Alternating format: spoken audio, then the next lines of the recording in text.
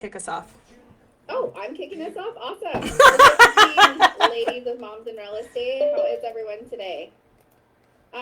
If you guys could, I always love getting us started by just throwing in the chat your guys' name, what city you guys specialize in, and how many years you've been in real estate. That would be awesome. I'm really excited because today we have a masterclass from Kelly. Hold on, let me real quick. I'm gonna put you on mute. Oh, I don't have host access. Randy, can you? Yep, I'm working on them. Awesome. Anyways, I'm really excited today because Kelly, who is teaching the masterclass today on Geo Farming, is right in my backyard. Me and her both live in the East Valley in Arizona, so she's amazing. I've seen what she does here locally, so I'm really excited for her to teach all of you guys her ways. So, Kelly, why don't you go ahead? Thank you for the intro. I'm really excited to do this. I have been geo farming for about 4 years now, and now it's pretty much become my bread and butter, which I'm really, really excited about. So with that being said, do you want me to just dive in? You want to give everyone a couple more minutes, or just keep rolling? You keep rolling. Yeah, you're good to go, Right. Kelly, and you have co-hosts, so whenever you're ready to take us in. Okay, perfect. I'm going to go ahead and share my screen a little bit.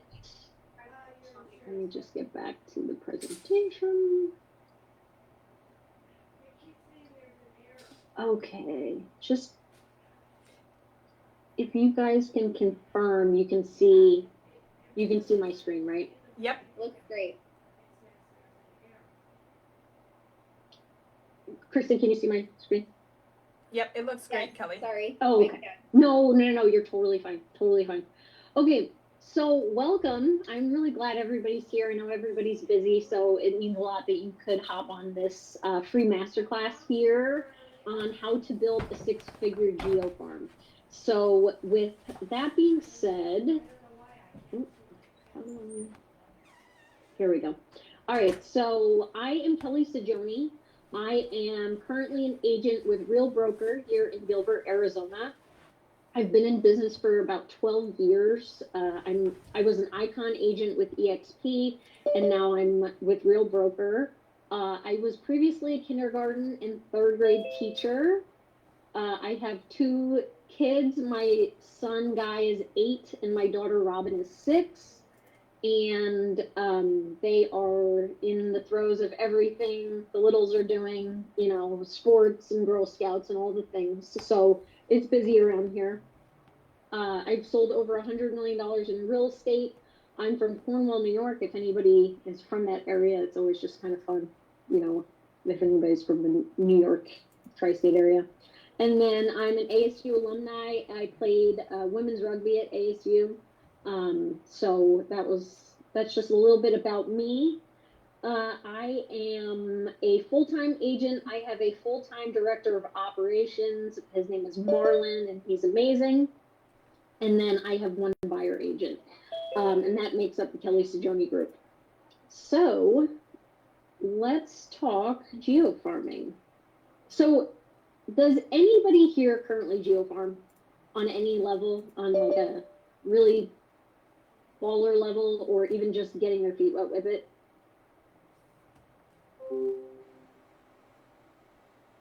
It's okay. I mean, it's okay. I know there's a lot of people in here, so it's probably hard to talk, but I truly believe that with all the NAR changes coming up, geo farming is pretty much the proven old school method to getting consistent business. So we have a lot of changes that have affected all of us, and I'm sure everybody's just kind of reeling from it. But the current challenge is we might see some reduced income for some agents, especially buyers agents. We need to educate our clients about the new commission structures and negotiations with the NAR settlement. There is going to be a flood of discount brokers hitting the market, and I don't know if everybody's seen, but the main plaintiff opened their own, flat fee brokerage from the NAR settlement. And then we are going to see a huge shift in how agents market their services, right?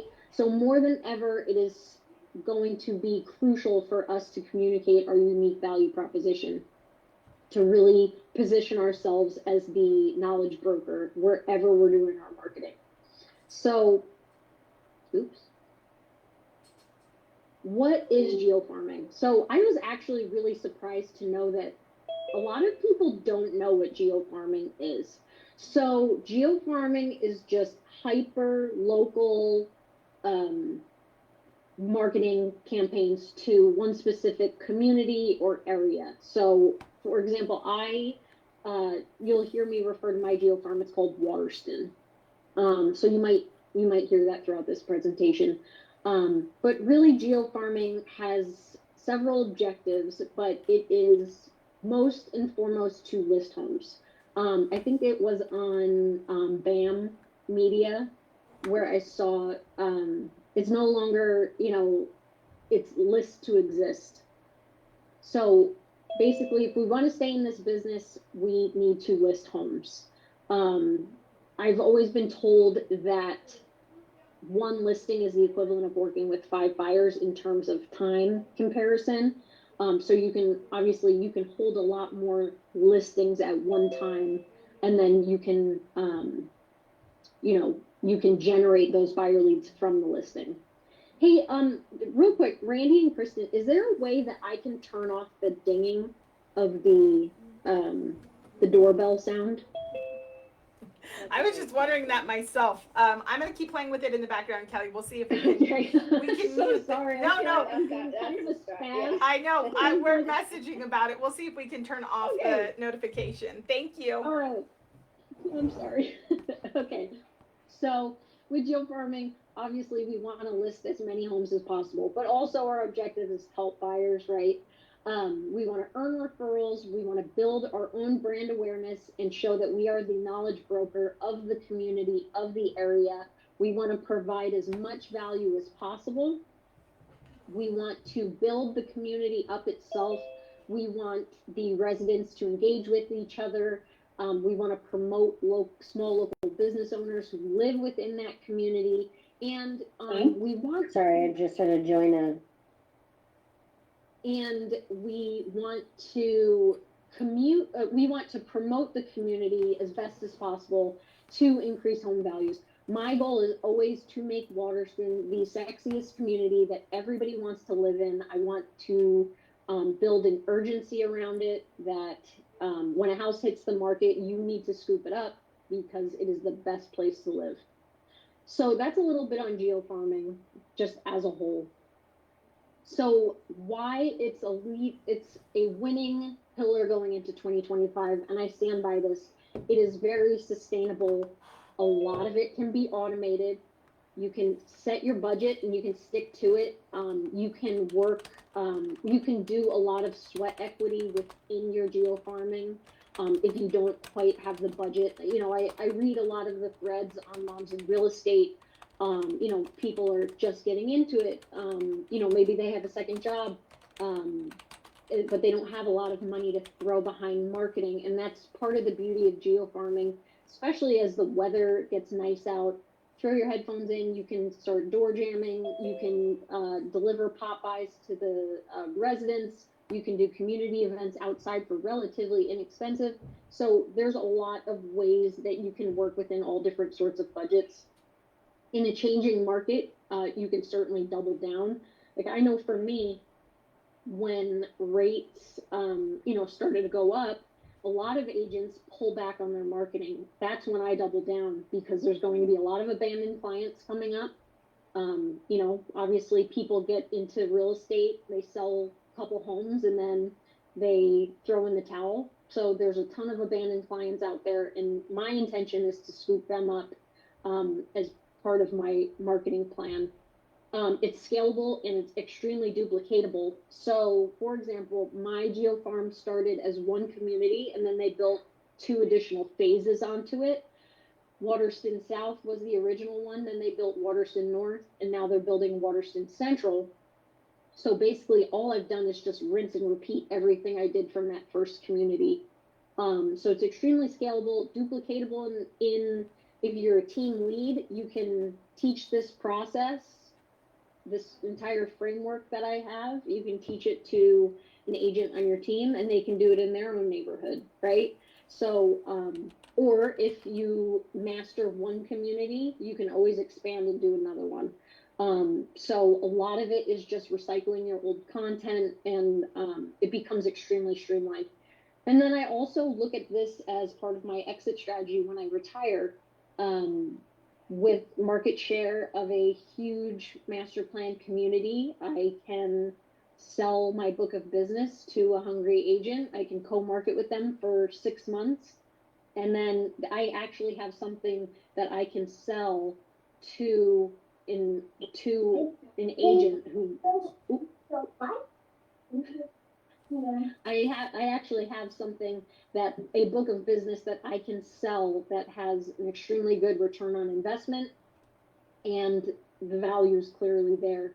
So it should be a pretty easy transition. So that's part of my my exit strategy when it comes to retiring, because in real estate a lot of times there is no retirement strategy. So with that being said, let's go through some of the numbers. So this is just based on my current Geo Farm, so you guys can kind of see, where things are at.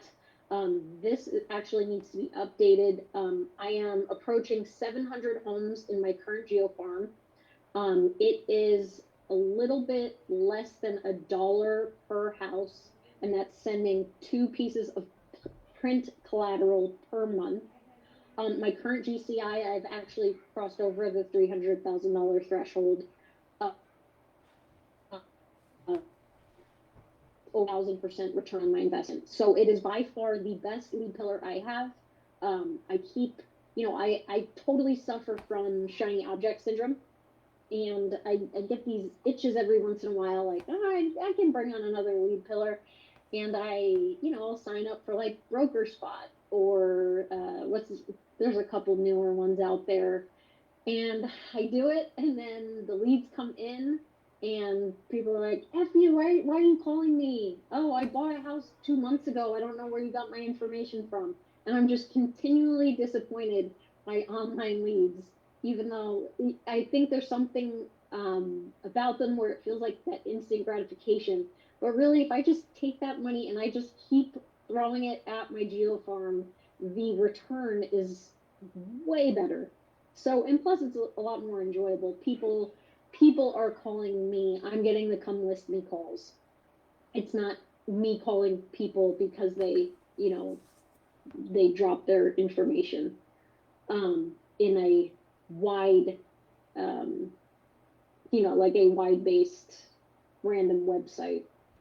So let's see.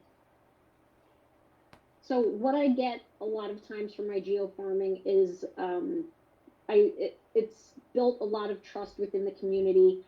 People come up to me. I feel like I know you. I see you everywhere. I found you on YouTube. Are you the girl in the golf cart? I was at Sprouts the other day checking out, and some guy came up to me and said, "Hey, I love your newsletter." Just totally random. So that's always kind of fun because and a lot of times people flat out say your marketing works, which I've never really heard before, but I've had multiple people say that to me. Your marketing works. I'm not ready to sell now, but when I do, or my friend is looking and when they're ready, they're going to call you. So that's always been really gratifying about my Geo Farming. So when choosing your Geo Farm, there's a lot of data points that you're going to want to take into account. I've heard from some people, oh, I've spent, X dollars this month. I've door knocked, I've door jammed, I've done Popeyes. I did it for 2 months. I did it for 3 months and I got nothing. And I'm ready to throw in the towel. What can I do better? I think a lot of people need to step backwards a little bit and just kind of do a viability check on the neighborhood itself. A lot of times when I hear it's not working, there's certain reasons why. But when I chose my Geo Farm, so my Geo Farm, just to give some context, was a new construction community. I was feeling a little bit like Our market, and Kristen can attest to this, is extremely saturated. We have thousands of agents, and I just kind of felt like every neighborhood was already kind of taken, right? So when I saw this new community being built right before COVID, I said, I'm going to make that my community, and I'm going to see this through. Now, the community that I personally live in is right across the street, but it's a small niche horse property community here in Gilbert. There's only 33 homes. It's not a viable Geo Farm. There's just not enough homes. There's not enough turnover. So when you look at the data points of any neighborhood that you want to Geo Farm, you're going to want to look at a couple things. One, proximity, right? The closer it is to your personal house, the more likely you are going to follow through with it, right? A lot of times when we set out to do things, we want to show face, right? We don't want to show our neighbors that we threw in the towel, but also, so it has a little bit of an accountability factor there for you, but, you're more likely to go through with it if you live in it or live near it. Plus, it's easier to be an active participant in the community when you live in your Geo Farm. You want to make sure your turnover rate is at least 5%. Ideally, you want a 10% turnover rate, meaning you want people to move frequently enough that this juice is going to be worth the squeeze, right? Like in my neighborhood, the 33 home community I live in, people live here for 30 years, 40 years. So there's just not enough turnover to make it viable. But in Waterston, there sure is. Price point selection. At that point in my career, I wanted to step up in my price point. I wanted to sell higher priced homes, but I didn't necessarily want to be a luxury agent. I mean, those are cool, and I've sold luxury homes, but really my comfort level is that price point that I'm currently operating in, that probably 800,000 to 1.5 million. That's really where I feel good and I feel really confident. I wanted to make sure the community had a manageable number of homes. Like I said, I'm approaching 700 homes. It didn't start out that way. It started much lower, but I didn't want to bite off more than I could chew. And I wanted, at that point, I didn't want to put as much money in where I couldn't, meet it with the sweat equity, if you understand what I'm saying. Like in my cohort, one of the course that I'm teaching for Geo Farming, one agent approached me and said she wanted to take on 1,500 homes because just the way the community was split up through a major cross street. And we also looked at the every door direct mail numbers, the EDDM, through the post office. We decided that 1,500 wasn't really a manageable amount. It was just too much. I'd rather see her go all in on 700 and be able to touch them more frequently, touch them more frequently than, for the same amount of money, she could touch them twice and have a more intentional impact on them versus doing it, because she has more homes to cover. I looked at client avatar when I was choosing my Geo Farm. Client avatar meaning I didn't want to sell 55 and up homes. I don't have enough in common with them to become like an engaging, person in their, in their network, right? My kids go to the school that Waterston feeds into. My daughter does Girl Scouts with a lot of them. My son plays sports with a lot of them. So the client avatar was ideal for me in that it's a lot that I see in myself, a younger mom. So it's just a lot easier for me to engage with the residents there. You need to look at if you want to take on new builds versus resale homes when you're doing your Geo Farming. For example, mine started as new builds. So my tactics changed a little bit in that with the new construction, my goal was to get in front of the client before they went to the sales office. So my marketing was tweaked a little bit. But now that the community is built out, it's become more resale geo farming, where I'm, continually engaging them, and, it's not so focused on the models, the warranties that are offered by, and the incentives offered by the builder. I thought that my Geo Farm was extremely marketable. I liked how the homes looked. It's something I would choose to live in. So it's much easier for me to speak to the avatar when, I like how the homes themselves look. It's a much easier sell. And then I also made sure there wasn't an agent of dominance already. So, for example, I would not go into Arcadia in Phoenix, Arizona, because I already know Robert Joffe has it on lock, and Brian North. I wouldn't go into parts of Mesa where I know Kenny Klaus already has a foothold in there. I wanted to make sure my marketing dollars were very, very intentional. So these are some things that you definitely want to look into before you really dive into a specific community. Does anybody have questions so far? We've got one from Alex. She says, how do you calculate turnover? Okay, I actually have a turnover rate calculator. I'm happy to share with you. There's a couple data points that you'll need. And a lot of times if you are, and I know everybody's all over the country, if you are in a state that uses title and escrow, a lot of times your contact there can help get you those numbers, but I'm happy to share my turnover rate calculator with you. It's really important to run those numbers.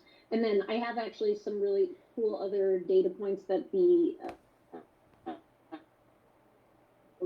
give you, like projected income based on market share and all that. So I'll share that with you guys. That's awesome. And then one more so far. Yeah. We've got one from Tiffany. She says, how did you target new home buyers when farming the new build community? So this was really cool and it surprisingly unexpected. It was extremely organic. So we're going to get into exactly what I did. A lot of it was video marketing, because obviously there's no print collateral that I can give someone because they're not residents yet. So a lot of when it was a new construction community was really digital. So we'll go into kind of some of the videos that I did, but it was very organic, a lot of YouTube, and actually I was on page 1 of Google for the community, and I believe I still am, before the builder kind of, because I was putting out information in tandem with the builder, so it brought my SEO up quite a bit. But we'll go into that, I promise. So I'll keep rolling if that's good. Okay. All right. So as far as print collateral goes, how I nurture the residents now that they are situated, it's been a few years now. So my monthly newsletter, my goal is always to provide value. This goes out on the first of the month. I always proof it a couple days prior, and I do make adjustments when holidays and whatnot are at the front end of the month. Like, for example, the 4th of July, I'd send this at the tail end of June to make sure, because a lot of the content on my newsletter is for, fireworks, where to see fireworks kind of thing, right? And I want to get it to them before the 4th of July because it's time sensitive. So, like, I'll send that at the end of June. But for most part, this goes out the first of the month. My goal is always, above all things, to provide value.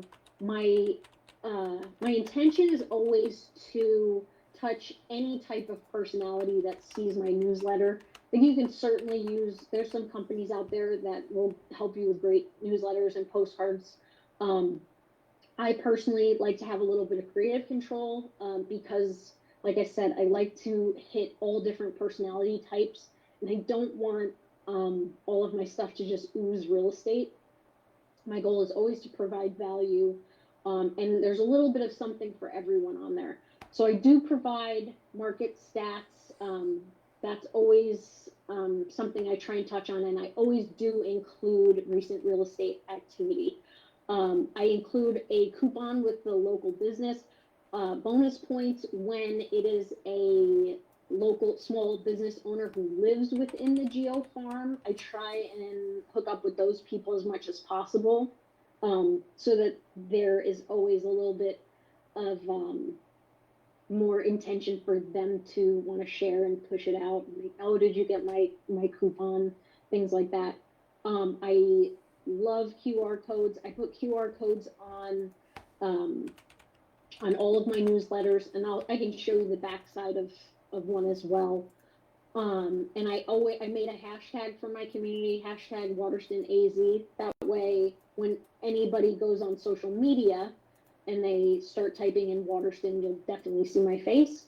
And then when I have a listing, I have a sign writer that says hashtag WaterstonAZ, Waterston Expert, all that. And then I always promote community events. For example, there is a Halloween parade. So I help one of the residents who's extremely active in the community. They're not necessarily on the HOA board, but they're just very social. I help them push out the word on a lot of their stuff, like car clubs, Halloween parade, the Christmas lights, all that. And then I always do something fun, like a Spotify playlist. Like, for example, for Father's Day, I have a Spotify playlist, Father's Rock, and I put that on there.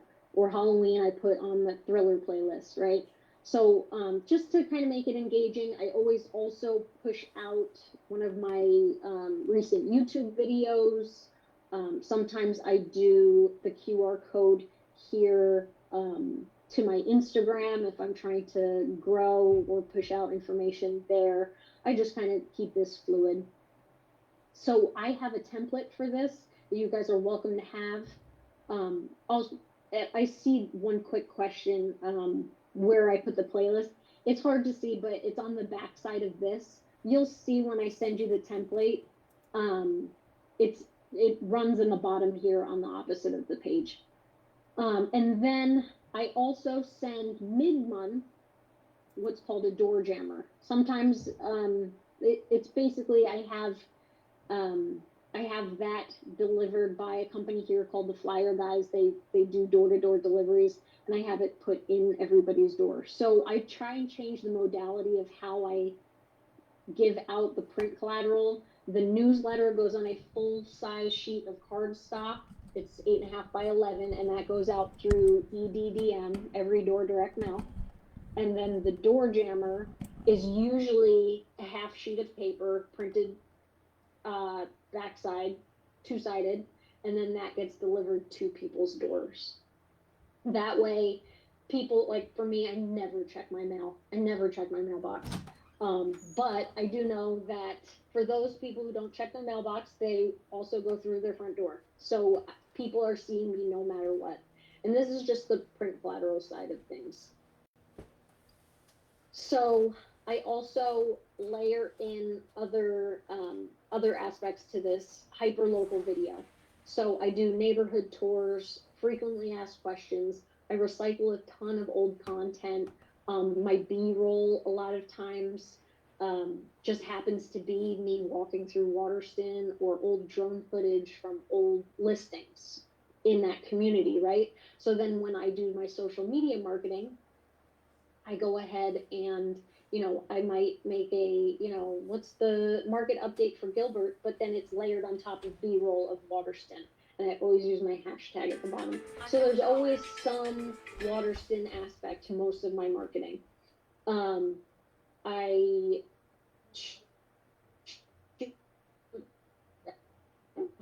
Local businesses. I do video on nearby school info. And then when it was a new construction phase, I do the floor plans, talk about warranties, frequently asked questions of new construction, things like that. I saw that question here.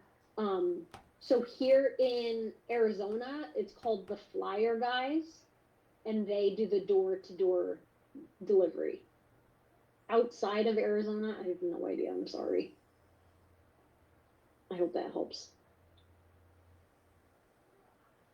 So here's 3 videos you can shoot now. It doesn't matter if you are doing new construction, if you are doing resale. These are 3 videos that you can shoot no matter what. A community update, you can, I mean, these are videos in and of themselves, but where are they at in the build process? Are floor plans available? You can use that as B-roll. What's the price point? How many lots are available? Community features. Go to the community pool. Go to the bocce ball court. Warranties. What kind of warranties is the builder offering? Another one is always the importance of using a realtor for new construction, but really just the importance of using a realtor, period, right now with the NAR settlement. You know, buyers just don't know what they don't know. And a lot of times they don't see our value because so much of our value is on the back end of things, right?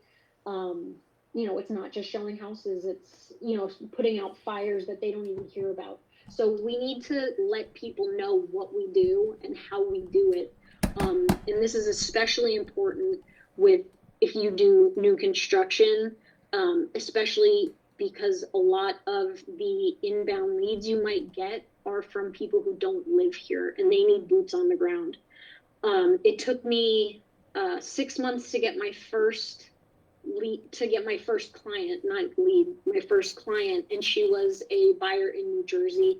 And she called me, she said, Kelly, we are going to build a house in Waterston. We already know we need a realtor who is there because we are not.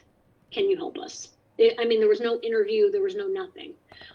She just saw that I knew Waterston in and out. It was very apparent on video. It was very apparent on all, you know, social media.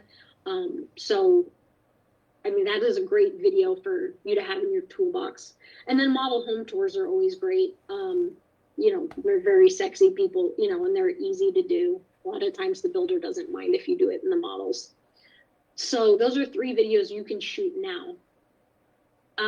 As far as social media goes, like I was saying, a lot of content gets recycled and just cross-posted, which is part of the beauty of the Geo Farming. So like I said, here's one of my posts. I put it over B-roll of the community itself, and then the call to action was my free guide to Gilbert. And I just had a link in bio with a forced registration of name, email, and then I had hot leads.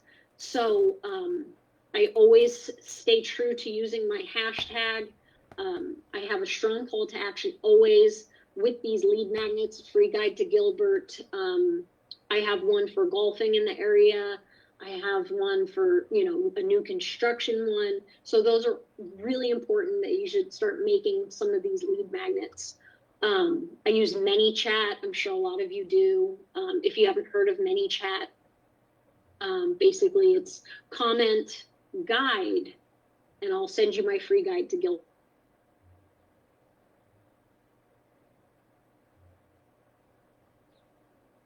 Uh-oh, did we lose you, Kelly? Your audio?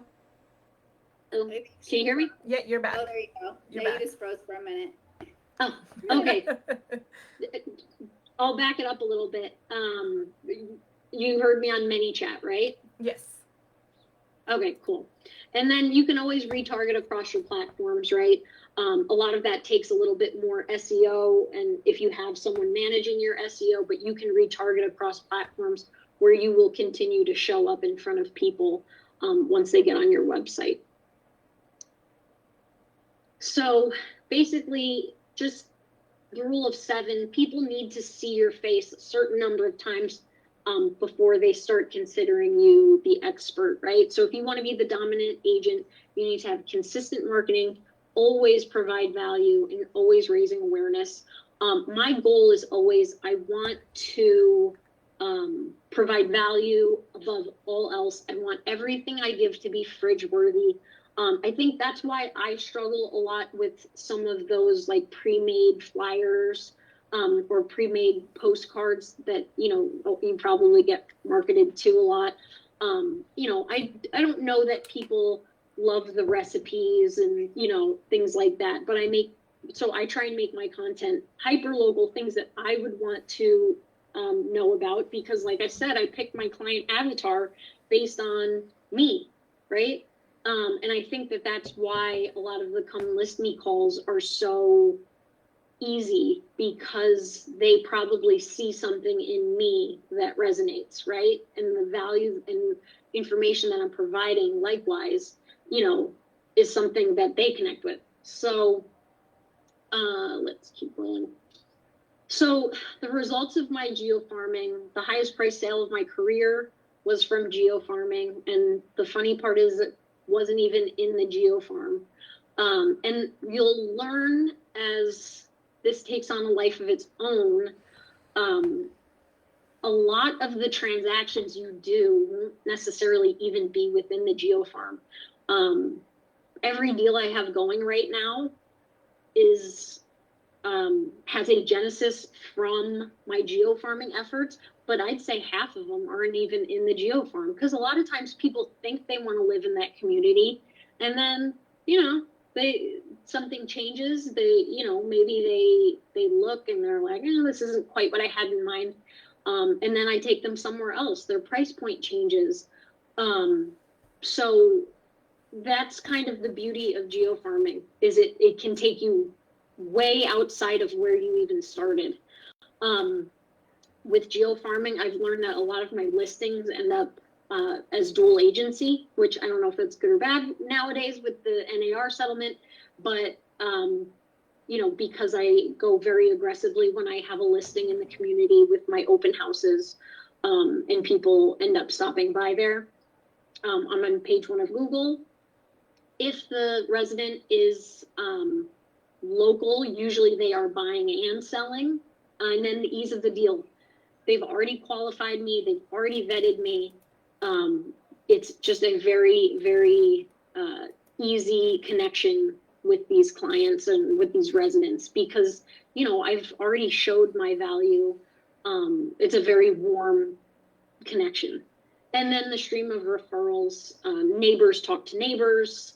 And then if the community is a really special place, which I think Waterston is, you know, people want their cousins to move in. Oh, my sister-in-law and brother-in-law want to live in the neighborhood.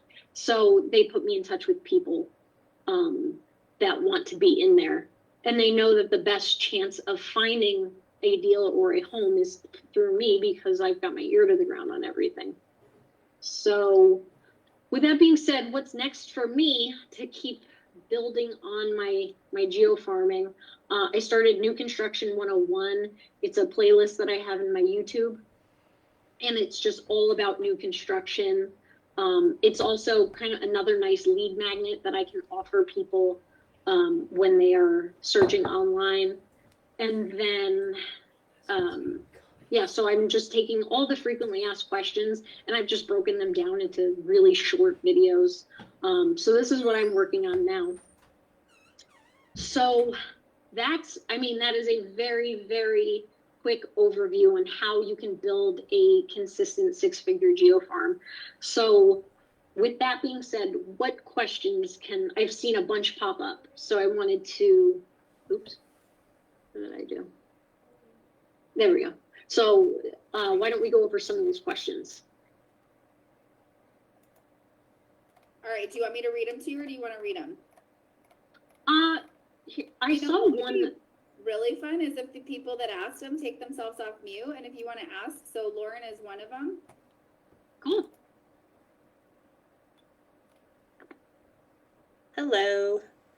So I am in North Austin, Texas. I moved to my community in 2018. New neighborhood. It's a small gated community of about 200 homes. I just got into real estate a year and a half ago, and I've been farming over the last like 3 months, 4 months. I had a listing in here, so I was like, okay, here's my time. So I sent out like just sold or just listed, under contract, just sold. I was on the events committee before I became a realtor. But anyway, I just was wondering, do you think that 200 homes is an okay number, or should I expand it to a bigger area? So tell me about outside of the gated community. is it part of the same subdivision? It's just a gated portion, or it's an Yeah, it's entirely just- independent community? It's a completely independent community. There's older homes right outside on one side. The other side is older homes, but not like they were built in probably 2015, 2014. But they're not connected in any way. It's not a master plan community. We have a lot of those around here, but they've been they're already saturated with, Yeah. a lot of people that are in my brokerage are kind of the top people in those. So honestly, it sounds like you have a little bit of traction in this gated community, and you live in the gated community. Yes. I would just go all in on that, because you can always add, right? Like you can always take on another community once you have this dialed. But I would just say go ham on those 200 homes, touch them more often. Like if you had the budget for 500 homes, do the 200 and send them 3 things a month, or put more money into, your digital marketing with it, or pop buys, Mhm. I would stick with the 200 and I just go all in on that. 500 isn't a hard and fast rule, right? If the turnover's there and the price point is there, then you can do the 200. Okay. Especially it's hard because if you were to say take on more homes because you wanted to take advantage of the every door direct mail route, the hard part is you're speaking to too many avatars, right? Like the 200 homes in a gated community are much different from the 2015 resales, right? So it's hard to make a really cohesive marketing piece when you might be talking to too many people, right? Does that make sense? Yes, absolutely. Okay. Yeah. All right, cool. That's awesome. All right, awesome, Lauren. Next is Jamie. Do you want to take yourself off mute? Hi. I was curious what you send in the door jam, but also kind of to piggyback what you were saying to Lauren, if you were doing like 3 or 4 things a month, where do you get that content from, or what inspirations do you pull from other than your newsletter? Sure. So the door jammer is just another touch point. Like for example, in August, I sent out the Arizona Cardinals schedule, right? Someone in my cohort that for the course that I'm teaching right now, they're in Ohio and it's like Ohio State country. So that she's really leaning into football season for all of her door jamming. But sometimes I might, again, kind of take advantage of an opportunity to recycle old content or do, really drive more of a market update. This past month, my listing for my Geo Farm went live, so I turned my door jammer into the open house invite, just so that I wasn't sending out an open house invite and a door jammer. I saved a little bit of money by just kind of combining the two. So you can always do stuff like that. And as far as inspiration goes, I'll kind of show you what, so I have a Geo Farming course that I'm doing. The next cohort starts October 7th, and I have a toolkit where I just will give you the past 12 months of literally everything I've sent. So you don't have to recreate the wheel. But as far as if you say you weren't interested in that and you just wanted to make up your own content, I would just kind of like, what would you want to see kind of thing? You know what I mean? There's no shortage of stuff on Instagram. You could always do, you could always really keep it plain on the door jammer and just do a QR code to your YouTube and just kind of push out whatever video you have going at the time. But I would, you could do it a million different ways. I put my Christmas card on one door jammer. But I do like to recycle old content on the door jammer, just because you do kind of get to a place where you're like, well, what do I talk about now? Yeah. All right, perfect. Thank you. Yeah. All right, next up is Mel.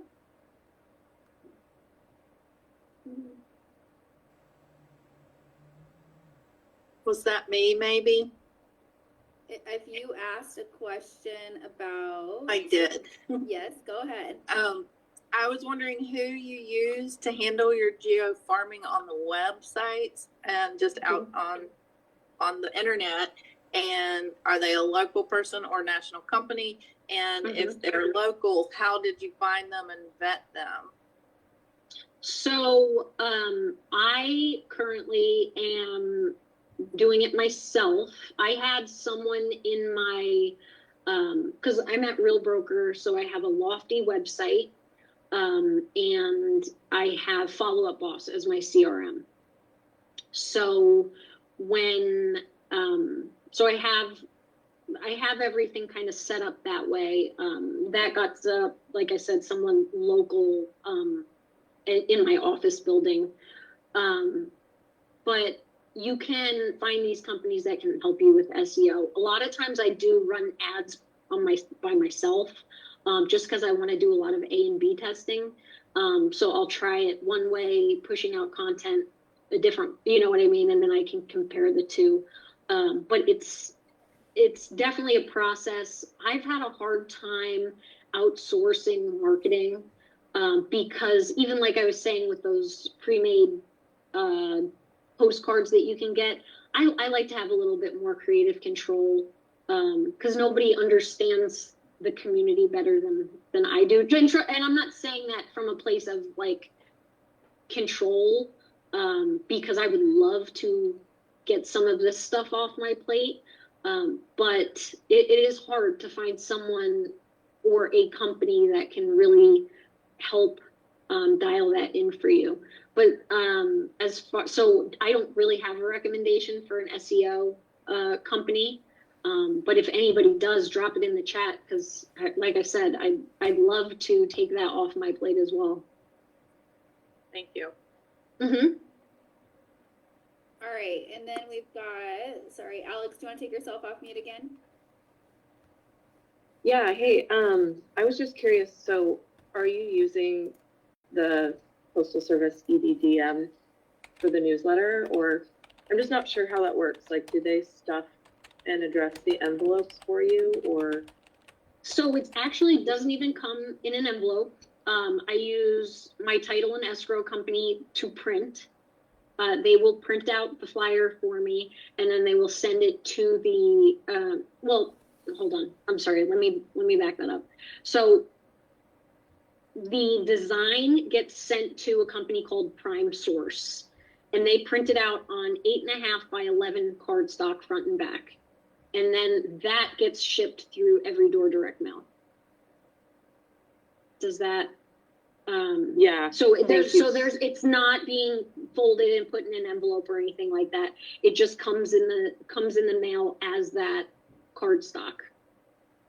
And what's like so for 500 houses, let's say, like what's the cost for that? So per month?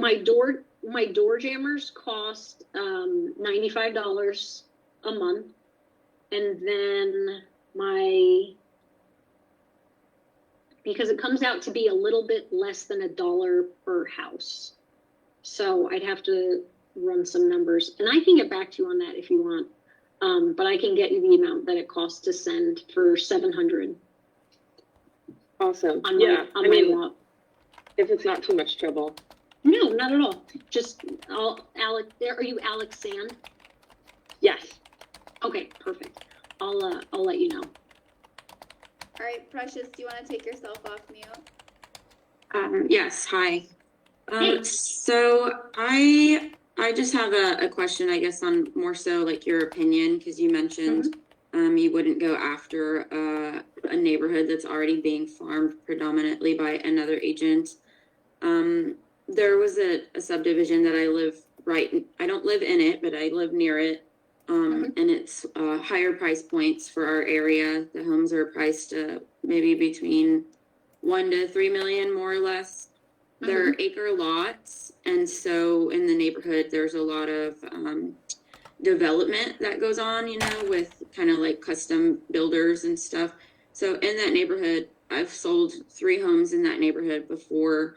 I'm in the Facebook groups for the neighborhood, and I've met a lot of the residents through the neighborhood Facebook group, and then through my clients, and I've built relationships with 2 developers in the neighborhood. Hell yeah. So I really would love to farm that neighborhood, but there already is an agent that is very dominant in there. Do you have any advice for that on how to kind of tackle that if I were, or just to kind of avoid it? No, I wouldn't say avoid it, because it does sound like you're doing some volume in there. When you say they're dominant, are they actually doing sales, or are they just marketing? Yeah, it's everything. I mean, she is a licensed broker. She has agents under her who also, kind of do a lot of business in that neighborhood. I lost a listing to her, and, they just went with her because she's the known agent for the neighborhood. So yeah, I do think it'll be really hard with her already being there. She lives there as well. I've met her before. I've worked with her. So she's very dominant in the neighborhood, but it's still, I want to take over the neighborhood as well. It's not off limits. Yeah. No, and that, the pie is definitely big enough, and there's no reason people couldn't connect to you. She's not going to be for everybody. The same way I'm not going to be for everybody in Waterston.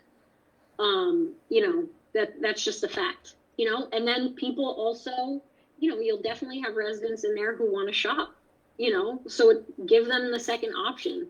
I would just say, go all in on it. And I think that in a case like this, you're going to have to show more face than she probably will. So you are going to have to do the events. You are going to have to door knock. You know what I mean? You're going to have to connect with people in that face-to-face aspect, whereas it can't just be kind of digital and through mail.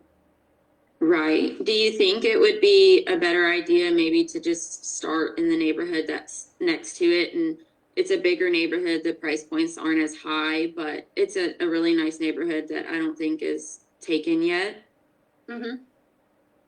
How many homes are in it? That I haven't looked, but it definitely has a lot more because it's more newer construction, whereas the other neighborhood I was talking about, there are acre lots, and a lot of them are like built in the 1990s, 2000s, 2005 kind of thing. So there's not as many in there. I mean, then maybe it might be worth looking into that other one. You know what I mean? Especially if it's right next door. I mean, the price point, I know. What's the price point in the other one? I'd say maybe more between like 600,000 to 800,000. It probably has more turnover, though, I would assume, because of the price point. I was gonna say the turnover might be better. Things aren't gonna sit as long, which is, I mean, you can turn and burn a little bit easier. I don't know. It might be worth looking into, especially if you feel like you're gonna, only you can really tell us if, how dominant that agent is. But you sound pretty confident in there. It might be worth looking into the other neighborhood, but you sound like you know what you're doing. You've done some volume. Maybe you do both. I don't know what the numbers look like in there. But maybe you do both. If the client avatar is I guess the price point's very different. Yeah, I would say with the $1 million neighborhood, I don't connect as much with the residents there because I'm younger and they're obviously, kind of at the high point in their life. But I'll look into the other neighborhood. I just don't really know how to determine if it's been dominated already, like with Millers and all of that stuff. Yeah. So what I did to check if there's already an agent of dominance, I pull up the last year of MLS sales. Okay. And then you can sort it, but how you can sort ascending by member. And if I just see another name pop up over, I mean, then you kind of know if somebody's, taking over. Okay. Doing it. All right. Okay. Well, thank you so much. Yeah. That's all the questions. Hold on one sec. We actually have a few more. We actually have about 3 more online.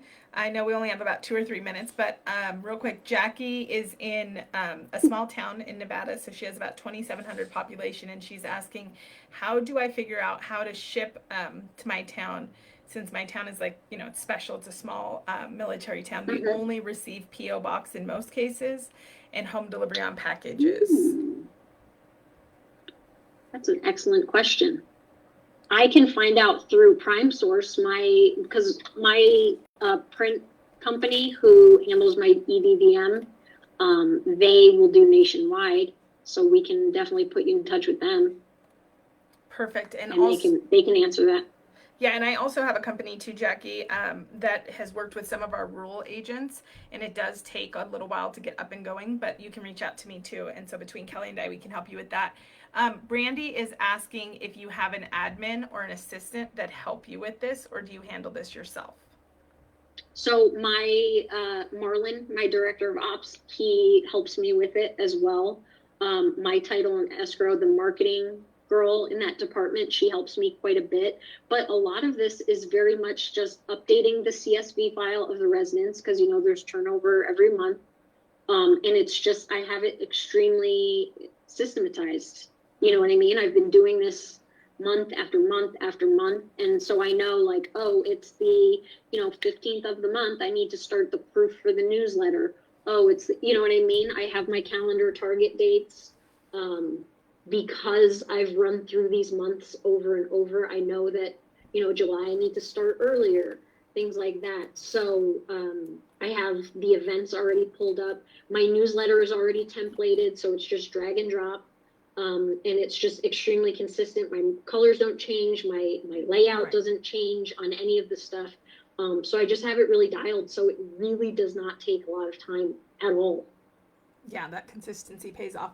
Well, Kelly, you've definitely given us so much value here, and you've probably given everybody the equipping that they need. But if you do want a little bit more hand-holding, if you do want some more tools, if you feel like you really want to dive into this and you want even more than Kelly shared today, we will drop the link in, and we will also include it in the email replay. So we've dropped it in a couple times, but we'll drop it in, and you can connect with Kelly. She even has it linked on her Stan store, so you can go there. You have a full course on this, right, Kelly?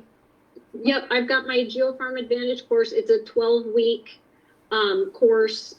We have classes that you can access starting every Monday, and then on Fridays we do a group coaching call. I give you my toolkit. I give you all of my content that I send out through print. My calendar for setting stuff up, we're getting it sent out. So if you guys are interested in that, the next cohort starts on Monday, October 7th. And pretty much I will show you exactly how to implement all of this. We can go over the turnover rate calculators, all of that, making sure it's a viable farm, and then what to send, when to send it, how to send it, and it's really more granular than we were able to get today.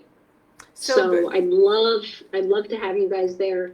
If you guys wanted to do that, it's $497. It starts October 7th. Awesome.